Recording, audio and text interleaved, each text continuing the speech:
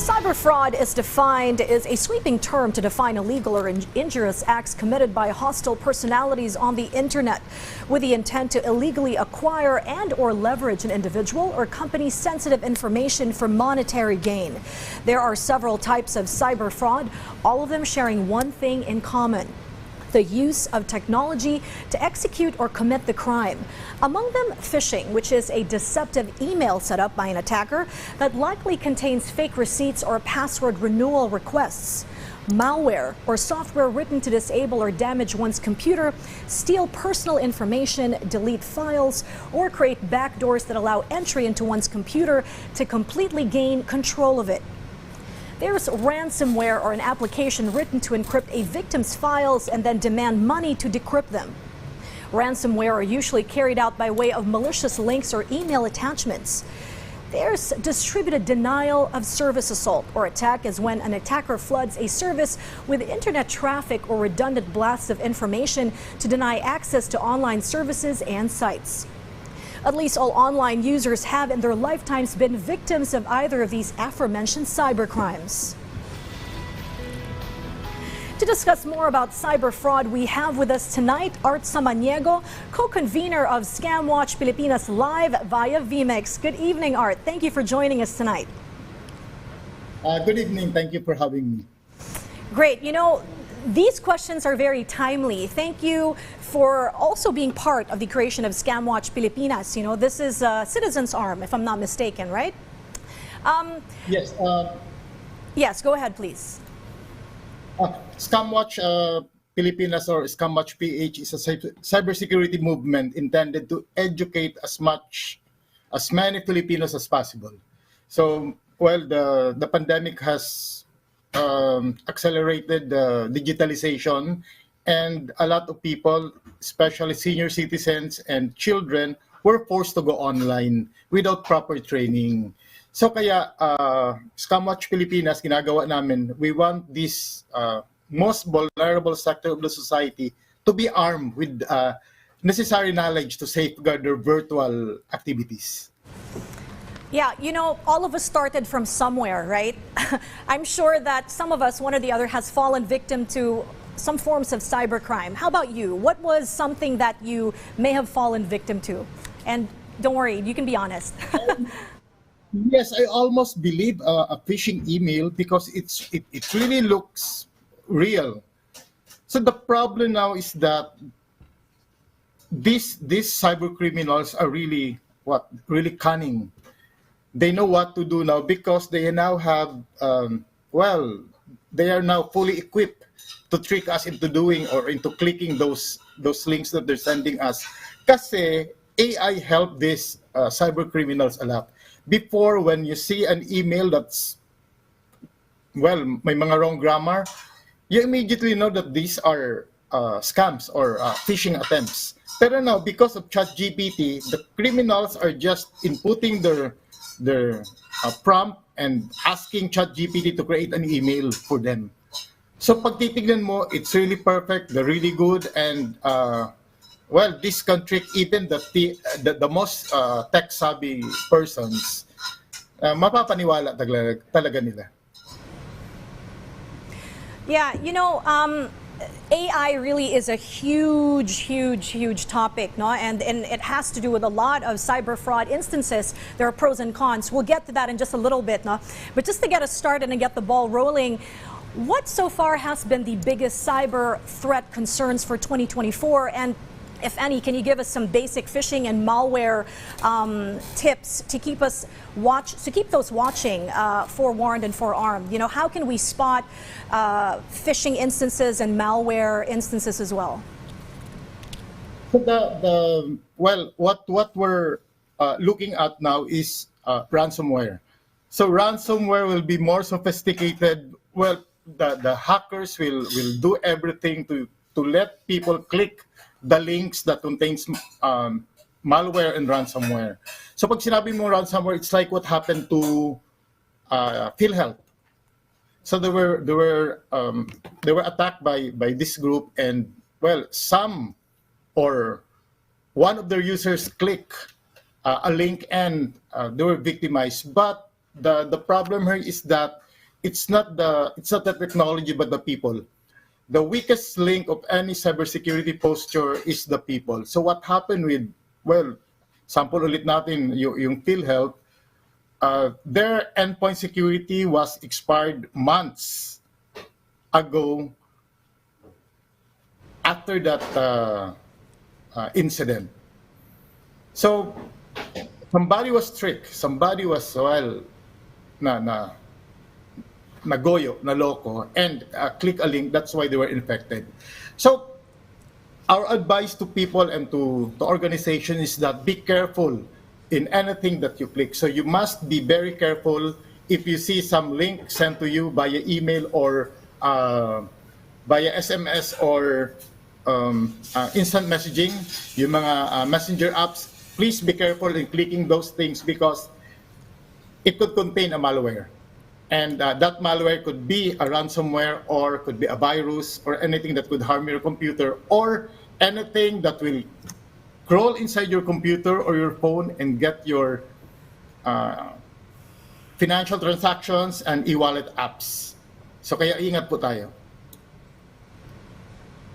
Yeah, Art, of course, like you mentioned, it is really important. It always starts with the vigilance of the individual. So are there any anti-malware or security software that you can recommend, even from the safety of your mobile phone or any digital device? It's always safe to have an antivirus. So always use an antivirus. But the most important thing is that you do not go to some suspicious sites. So even if you have the strongest antivirus in your system, but you still click links that were sent to you by your friends or by anybody online, you will still get infected. If you will still go to the porn sites with lots of malwares, you will still get infected. So it's an attitude to be safe. Kasi no amount of technology could save you if your attitude is not changed. Pag nagkiklik pa rin tayo, when you still believe those job offers with 3,000 pesos hourly rate. So if anything is being offered to you that's too good to be true, well, scam yan. Iwasan po natin. Yes, I actually remember there is this one messaging app. I'm not going to mention it, but I've been receiving numerous phone calls about business opportunities. So I guess the only way to do it is to block it. You have to be proactive, right? You can't be victimized.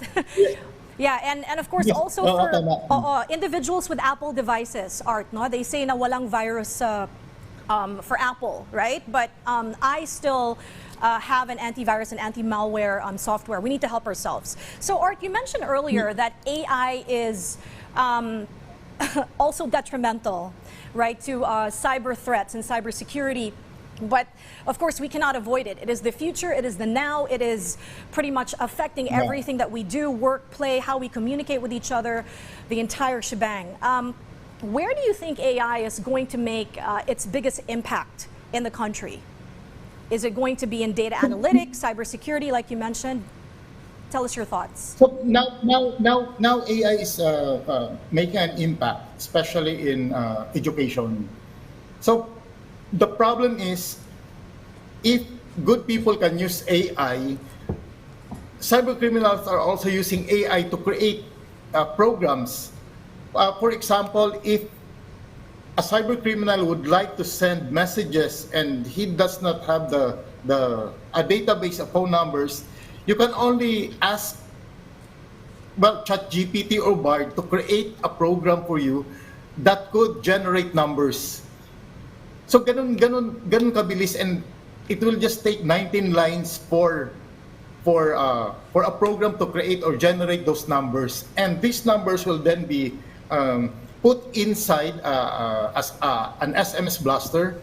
Ito ngayon, if people will answer or people will send also SMS messages to that number, what the cyber criminals would do is that just transfer the number that answered them to the next column and put a label that says it's alive. So if your number is placed in that column, wala na, magiging suki ka na ng mga scammers. That's how AI could really, well, make the lives of the cyber criminals easier.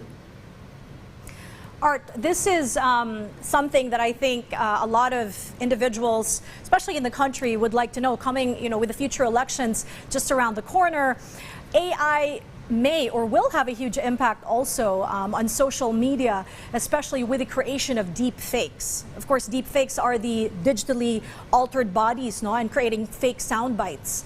How do you think this could potentially affect future elections? Well, it's like fake news. Well, people need to know, and people need to know how to identify if it's deep fake or not. There are a lot of programs and software that could detect the proliferation of deep fakes. So ngayon, for the Philippines, mukhang hindi pa. It won't really affect the elections. Deep fake could not affect the elections because it's really difficult to create these things, and it's really obvious. If you see now, the technology now, yung present ngayon, if you see the deep fake, you can really identify immediately. For example, the eyes, if you look at the eyes, well, hindi kumukurap. So, they don't blink. Yung parang normal na tao.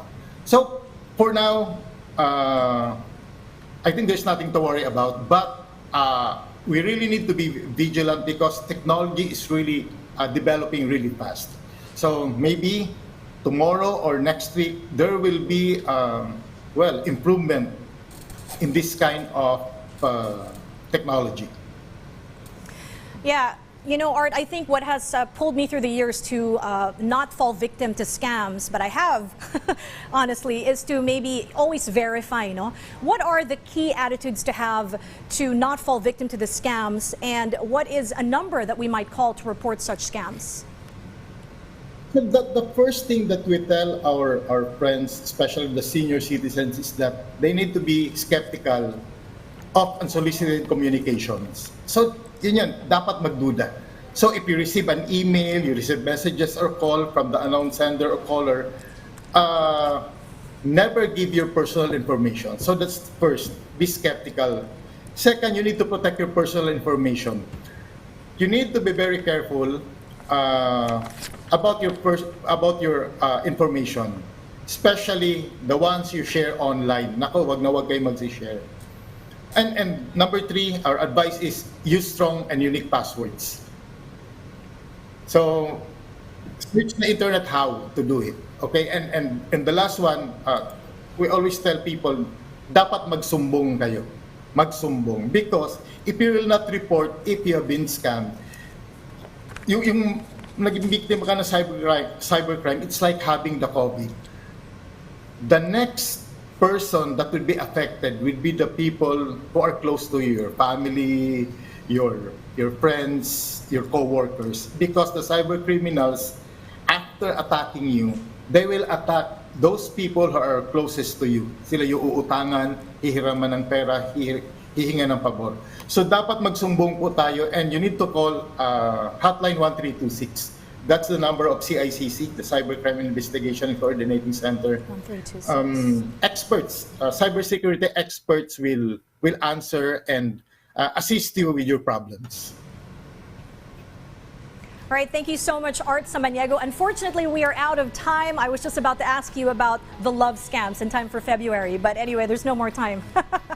Thank you so much, Art Samaniego, co-convener of Scam Watch Pilipinas.